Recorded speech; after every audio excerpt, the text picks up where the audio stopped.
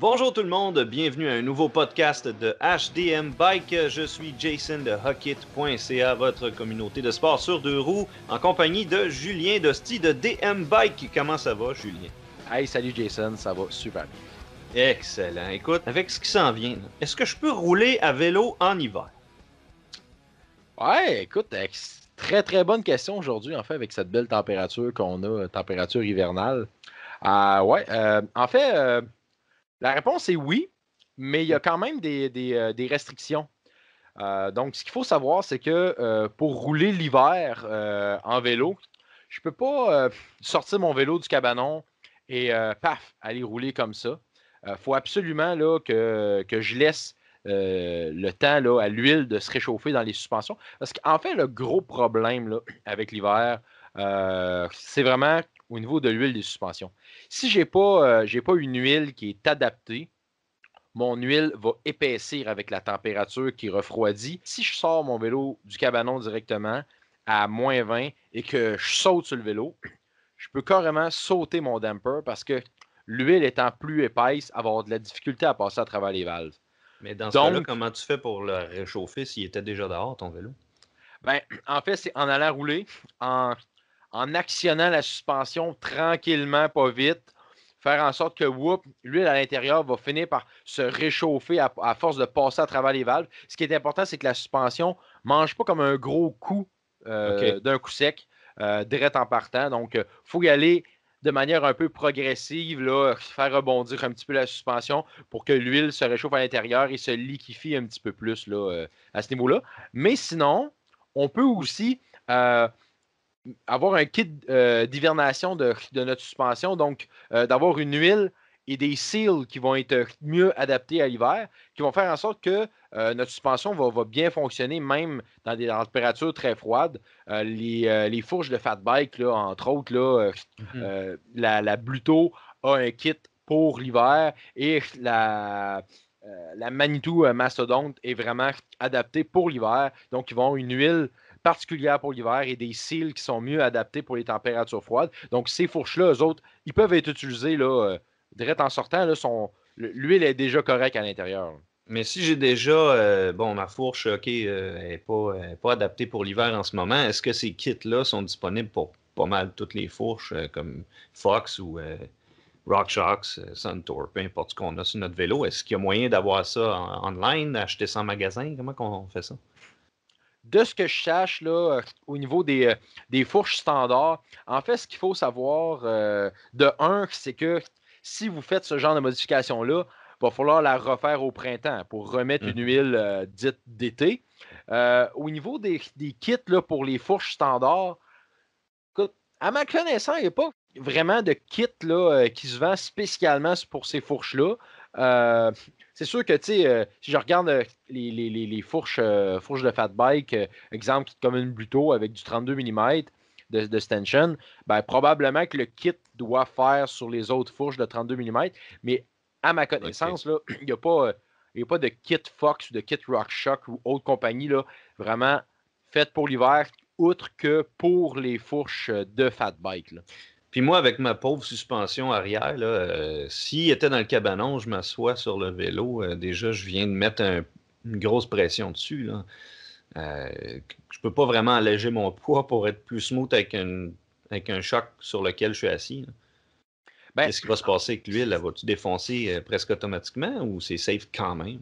en fait, comme je dis, c'est vraiment au début, là, c'est d'aller très smooth pour que l'huile à l'intérieur du choc aussi se réchauffe pour amener une certaine fluidité.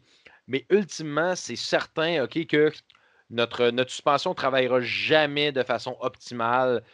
Dès qu'on atteint, là, je dirais, là, dès qu'on passe sous la barre des 10 degrés, là, donc Ah, 10 0-10 degrés degrés, même. Ah, ouais, déjà. ouais, OK, OK, ouais, OK. ouais. Fait à quelle température est-ce que ça devient carrément dangereux pour ma suspension de l'utiliser? Je dirais que quand on arrive là, sous zéro, là, euh, quand on dit dangereux pour la suspension, en fait, c'est qu'on augmente les risques de défoncer la suspension. En fait, c'est ça qui risque de se passer.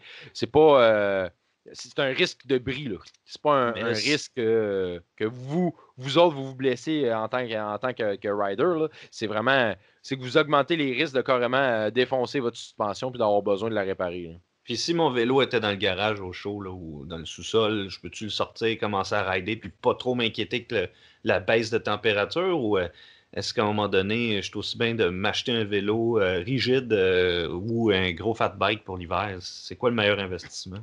Ben, en fait, bon, pour répondre à ta première question, si le vélo était à l'intérieur et qu'il est déjà à bonne température, ben, si on sort dehors, on se met à l'utiliser, parfait, c'est beau, il n'y a pas de problème parce que l'huile est déjà à bonne température. Fait que ça, il n'y a Ok. pas de problème. Par contre, si on veut optimiser là, nos sorties hivernales, Mhm. ben, ce qu'il faut savoir, c'est que je ne peux pas me promener en vélo de montagne standard dans des pistes de fat bike. Donc, automatiquement, ça me prend assurément un fat bike pour apprécier là, les trails l'hiver. Parce qu'un un pneu standard, même là, aller jusqu'à du 2,6 ou du 3 pouces dans les plus 16 qu'on appelle, c'est Mhm. jamais assez large là, pour du fat bike. Je dirais là, pour apprécier là, l'hiver, là, en bas de 4 pouces, là, ça commence à être assez faible. Là. Même qu'il y a beaucoup, beaucoup de centres qui refusent là, en bas de 4 pouces là, de pneus. Là. Mais ça, c'est dans le cas où tu veux aller faire du fat bike dans une trail ou du vélo dans une trail autorisée. Par contre, Ouais. si moi je décide juste parce que j'ai pas beaucoup de temps de sortir 1 heure ou 2 dehors pour aller faire du vélo avec mon 2,6, je vais être correct, là. En Oui, ben, masse, là. ouais, Je vais oui, pas dans les trails, là. ouais, vous allez pouvoir vous promener. Le problème qu'on va voir, c'est que c'est au niveau du sel. Il y a tellement Ouais. de sel là, l'hiver sur les routes que vous allez vraiment détériorer de beaucoup votre vélo. Le sel attaque énormément le vélo. Majoritairement, tout ce qui est roulement, ça va complètement attaquer aussi les gaines. Donc, en fait, là, je te dirais que à moins là, que ça soit vraiment nécessaire là, de se déplacer avec votre vélo l'hiver, utilisez jamais votre vélo de montagne. Là, Non, vous allez, vous allez c'est pas vous. nécessaire, c'est vraiment pour le plaisir. Parce que Ouais. là, je vois la neige qui s'en vient, puis j'ai juste envie de rider encore et encore et encore. Tu sais, donc c'est sûr que j'ai comme pas envie d'arrêter de rouler. Sauf que je pense que je vais tout simplement sortir un de mes vieux vélos, puis rouler avec ça au pire, là. Mais je veux dire, c'est toujours mieux, comme tu me dis, soit d'avoir un fat bike ou d'avoir un vélo que tu roules pas dans la rue, mais je veux dire, c'est le sel vraiment, c'est ça qui cause le plus de dommages là-dessus, puis le froid, j'imagine, là. Mais les freins, les autres, l'huile dans les freins, comment ça l'affecte? À quelle température je vais avoir de la difficulté à freiner? En fait, au niveau de l'huile des freins, c'est un peu le même principe. Donc, l'huile va épaissir comme les suspensions. La seule différence, c'est que euh, l'huile de frein va être un petit peu moins affectée. Ça va rendre le frein un petit peu plus raide, mais c'est tout. Ultimement, ce qui est important de savoir aussi, c'est que l'huile DOT versus l'huile minérale, Mhm. l'huile DOT est un peu moins affectée par l'hiver. La meilleure comparaison, en fait, c'est que l'huile DOT, c'est ce que vous avez dans vos voitures. Donc, si jamais c'était vraiment problématique, il faudrait changer de type d'huile là, dans nos chars. Donc, ce qui n'est pas le cas. Donc, dans les freins, c'est exactement la même chose. Alors que l'huile minérale, généralement, elle n'a pas été développée au départ pour fonctionner à des températures très froides. Donc, elle peut potentiellement être plus problématique, là. Mais écoute, il y a beaucoup de gens, par exemple, qui vont rouler des freins Shimano l'hiver, qui n'auront pas de problème. Là. Les freins ne gèleront pas nécessairement. Donc, OK. c'est à prendre quand même avec un bémol à ce niveau-là. Mais si on parle de type d'huile idéale, ben, c'est sûr que la DOT, sur papier, serait l'huile idéale à utiliser. OK. Fait que finalement, mon vélo, je suis aussi bien de le laisser en dedans l'hiver, sauf si j'ai un fat bike qui est fait pour ça.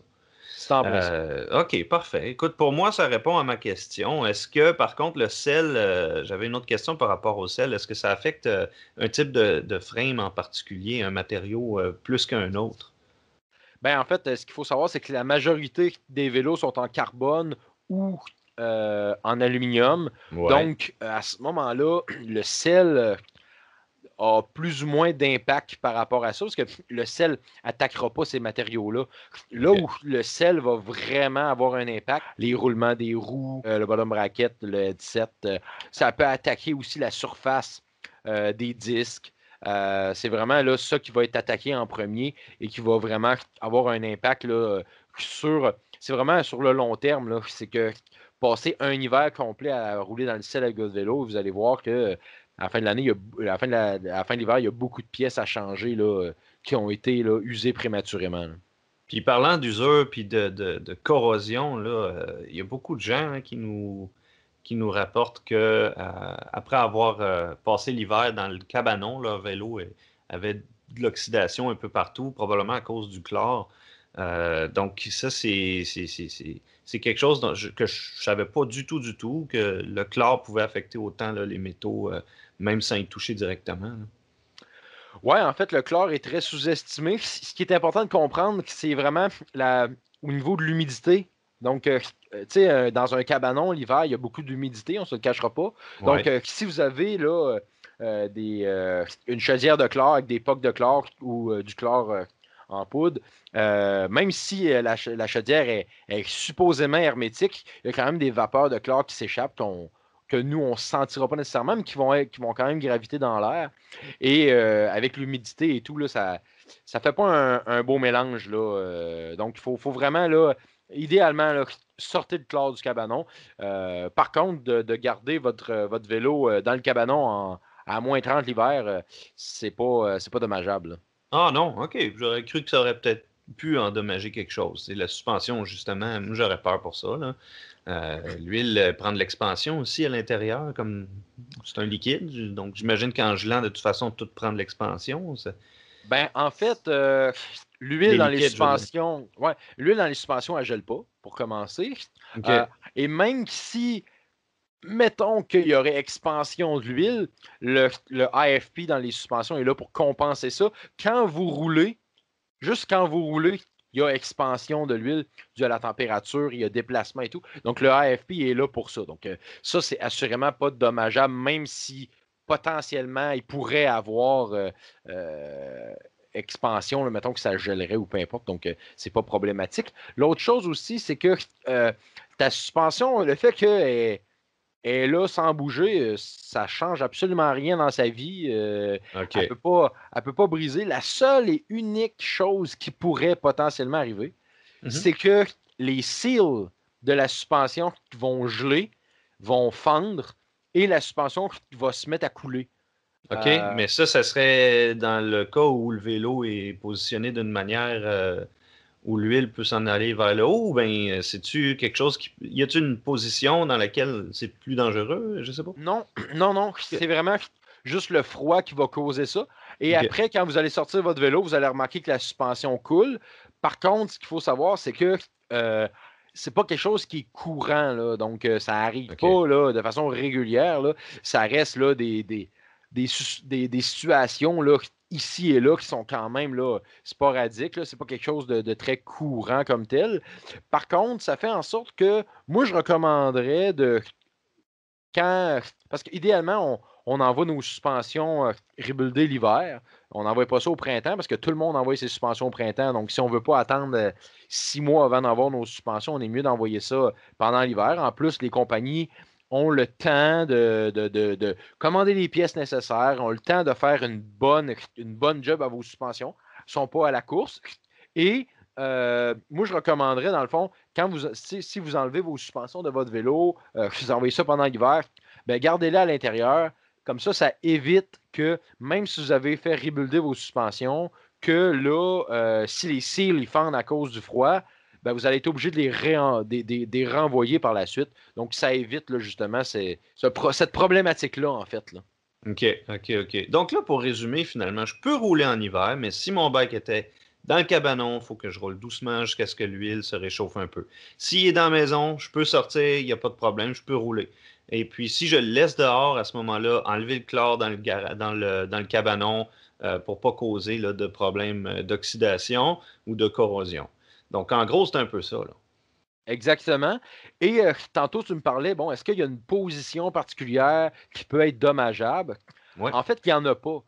OK. Au niveau là, de la position, que votre vélo soit à l'envers, debout, à 45 degrés, peu importe la position dans laquelle il va être, la seule et unique chose à respecter, c'est que s'assurer que votre dropper post il est relevé complètement, qu'il n'est pas compressé, idéalement.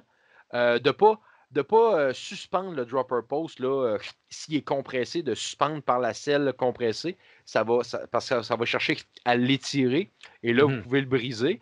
Mais sinon, pourquoi on demande de le garder détendu, donc complètement ouvert?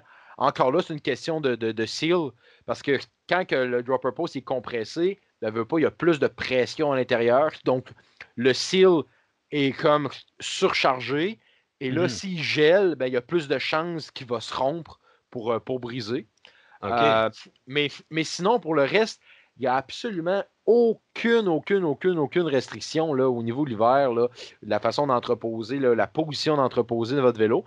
Et si le fait, par exemple, d'entreposer votre vélo à la verticale, ça fait en sorte que vos freins deviennent mous ou quelque chose de genre, c'est simplement que les bulles d'air à l'intérieur de la ligne de frein ont remonté dans la manette et vous êtes dû pour un bleed. C'est juste ça que ça signifie. Donc, c'est pas que ça a brisé vos freins ou que ça a créé une problématique. C'est vraiment l'indication la plus flagrante que vous avez besoin d'un bleed. C'est carrément ça. L'autre chose que je conseillerais aussi, c'est vraiment une recommandation plus que quelque chose qui est absolument nécessaire, mais c'est d'enlever l'air dans les suspensions, justement pour ne pas surcharger les seals inutilement. OK.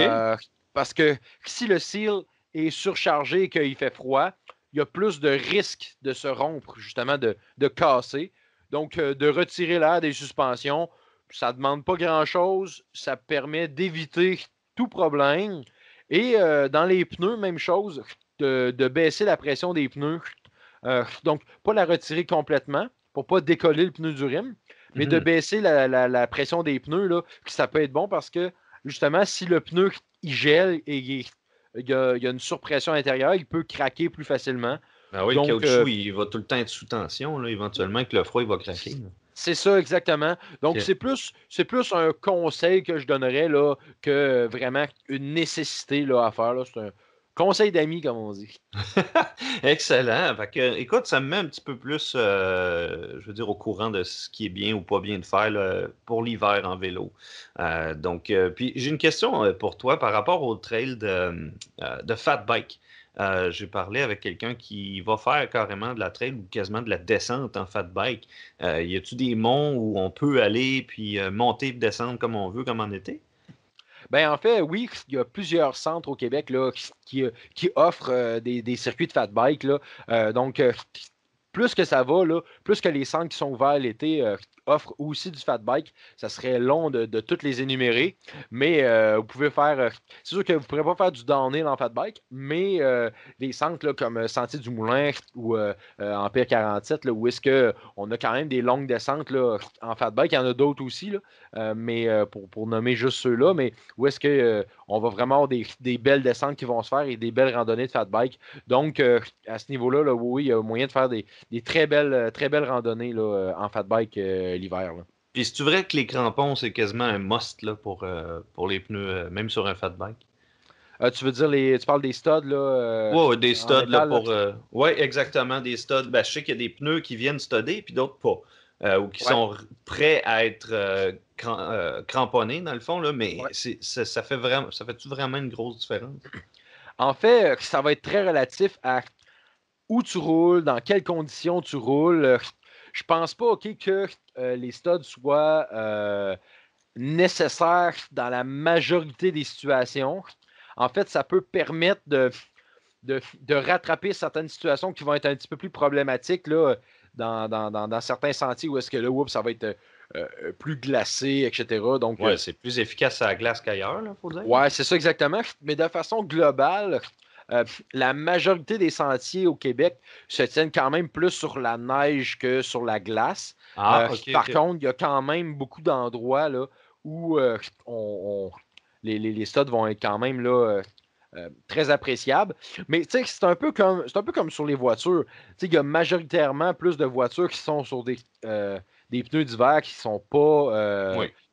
sont pas studés. Donc, c'est pas parce que les gens ont pas des pneus cloutés que nécessairement ils font tous des accidents pendant l'hiver. Donc, Non. ce que je veux dire par là, c'est que c'est pas assurément nécessaire. Là. Vous avez pas, c'est pas parce que vous n'avez pas de clous sur vos pneus qu'il faut absolument là, garocher au magasin là, pour aller en chercher. Par contre, là, ça peut être un must dans certaines situations. Là. Puis, tu sais, faut pas oublier une chose aussi, c'est que tout est relatif aux pneus que vous roulez aussi. Tu sais, un bon pneu à neige va être pas mal plus efficace qu'un pneu cheap clouté. Là. Ça, c'est sûr. Ça se peut très bien, effectivement. Faut voir aussi là, à ce niveau-là, par rapport là, à qu'est-ce qu'on a comme pneu à la base. Parce qu'il ne faut pas oublier une chose, là, en fat bike, là, le pneu est tellement plus important qu'en vélo de montagne standard. Là. Le pneu fait tellement plus une différence là, sur la ride là, que en vélo de montagne l'été, là, où les différences vont être peut-être un peu plus subtiles. L'hiver, là, le pneu fait une grosse différence. Et d'aller chercher un bon pneu avec une bonne gomme, c'est vraiment là, je dirais que c'est majoritairement là l'importance, là, plus que d'avoir un pneu clouté. Là. Ce qui est drôle, c'est que je reviens souvent avec des parallèles sur l'automobile. Un pneu de voiture d'hiver qui est trop large va aller moins bien qu'un pneu un peu plus étroit qui va, si on veut, diviser la neige ou la tasser plus facilement. Mais pourtant, dans le monde du vélo, probablement à cause du poids ou je sais pas quoi, c'est le phénomène inverse qu'on veut atteindre, celui où on flotte plus sur la neige que de passer à travers pour atteindre le sol. Donc, c'est quand même un drôle de parallèle. C'est quoi la taille idéale, d'après toi, sur un fat bike là, pour vraiment avoir le plus de contrôle? Le but, c'est l'effet raquette. Donc, c'est d'avoir une portance sur la neige là, avec le vélo. Mais au niveau de la largeur idéale, ben, en fait, ça dépend tellement de quelle dynamique de fat bike on veut avoir. C'est au même principe que l'été, un pneu de cross-country sera pas la même largeur qu'un pneu d'enduro ou un pneu de downhill.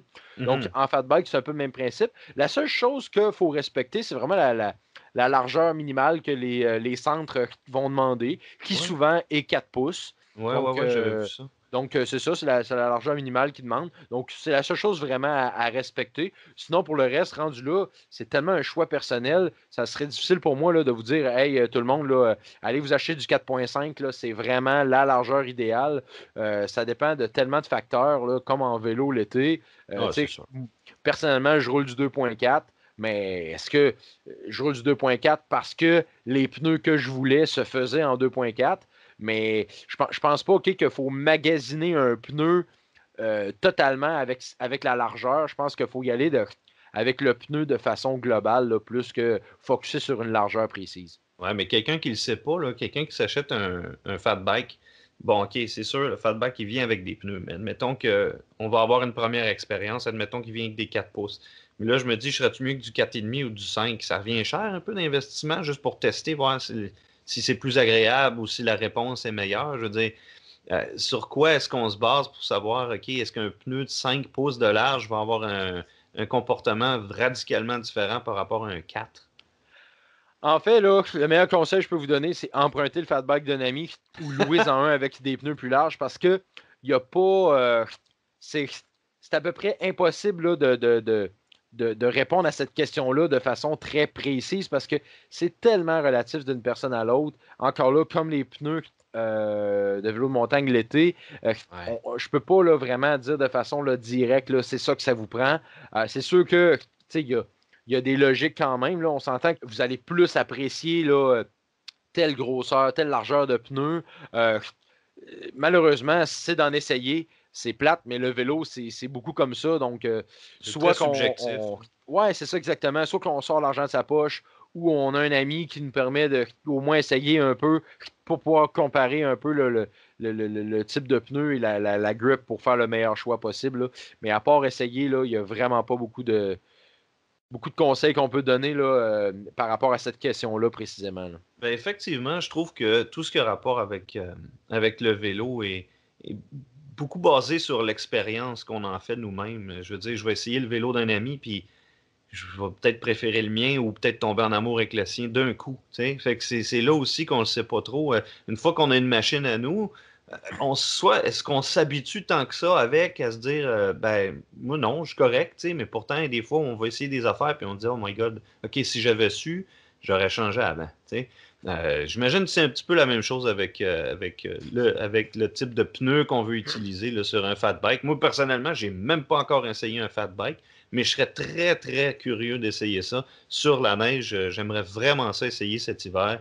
Donc, il y a de fortes chances que j'aille m'en louer un si les centres sont ouverts, évidemment. Ben, en fait, là, tu sais, on s'habitue beaucoup à notre vélo. Et en fait, ça vient souvent biaiser aussi un peu comme notre perception du vélo. Parce qu'on s'habitue à comment que notre vélo va, etc. Et Mhm. quand on arrive sur un autre vélo, des fois, on va être un peu dépaysé. Et ça va faire en sorte qu'on sort de notre zone de confort. On dit, ah non, non, non, j'aime vraiment pas ça. Mais si on gardait le vélo pendant 2, 3 rides, là, on commencerait à voir les subtilités et commencer à apprécier davantage ce nouveau vélo-là. Donc, souvent, là, notre vélo personnel là, vient un peu biaiser là, notre perception qu'on va avoir justement parce qu'on s'habitue à ça. C'est le même principe que la personne qui a un vélo trop petit pour elle, qui Ouais. a toujours roulé un vélo trop petit pour elle, est habituée à ça. Fait que si on la met sur un vélo théoriquement de la vraiment bonne dimension pour elle, elle va faire comme tabarnouche, c'est donc bien grand ce vélo-là, c'est donc bien long. Mais Ouais. en fait, c'est juste qu'on l'a sorti de sa zone de confort. Et je suis convaincu que cette personne-là, on l'amènerait rouler 2, 3 jours de temps. Puis à la fin à la fin de nos 2, 3 journées, on la remettrait sur son ancien vélo, puis elle dirait ouf, non, je veux plus rien savoir de ce vélo-là. Donc, on est souvent biaisé par ça, là. Ça me rappelle un peu, je sais pas si c'est juste moi, mais tu sais, quand tu essaies le vélo d'une autre personne, tu as l'impression qu'il va croche au début. Ouais, Tu ouais. as l'impression qu'il va trop à gauche ou trop à droite. Il y a comme un drôle de feeling. J'imagine c'est la même chose. Il faut comme se battre un peu avec ça, puis enfin ressentir le vélo, là, tu sais. Mais ça, de toute façon, on va en parler bientôt du choix de vélo, puis j'ai bien, bien hâte de parler de ça, justement. Ça va être bien intéressant. Il y a tellement de paramètres, il y a tellement de choses à vérifier là, dans l'achat d'un vélo. Euh, c'est beaucoup d'argent aussi, que ça représente quand même un bel investissement, là. Donc, je pense que c'est des réponses qui vont aider beaucoup les gens là, à faire un choix éclairé, là. Ouais, on va essayer de vous aider là, le mieux possible, là, de vous guider un peu là, dans tous les types de catégories qui existent, etc. Là, toutes ces choses-là. Donc, on va essayer de simplifier ça le plus possible là, pour rendre votre achat là, plus facile un peu, là. Exactement. Bon, ben, on va vous revenir avec ça bientôt. En attendant, Julien, merci beaucoup encore une fois pour ce merveilleux podcast. Et puis, on se retrouve très bientôt. Yes, salut tout le monde. Puis n'hésitez pas là, à nous envoyer vos questions, vos commentaires là, à propos de notre podcast. Donc, on en est au balbutiement là, de tout ça. Donc, on veut essayer là, de répondre au mieux possible là, à vos demandes. Donc, un peu comme on a fait aujourd'hui, on avait plusieurs questions là, au niveau de l'hiver, au niveau de tout ce qui entourait ça, là. Donc, on essaye là, vraiment là, de personnaliser ça le plus possible. Donc, n'hésitez pas là, à nous écrire à ce niveau-là. Vous pouvez nous écrire soit à l'adresse courriel hdmbike@gmail.com ou d'ailleurs, vous pouvez aussi nous écrire soit sur notre page HDMBike sur Facebook ou sur le Messenger de cette même page. Donc, sur ce, on se voit bientôt. Salut Julien, fais attention à toi. Yes, salut Jason. Ciao, ciao.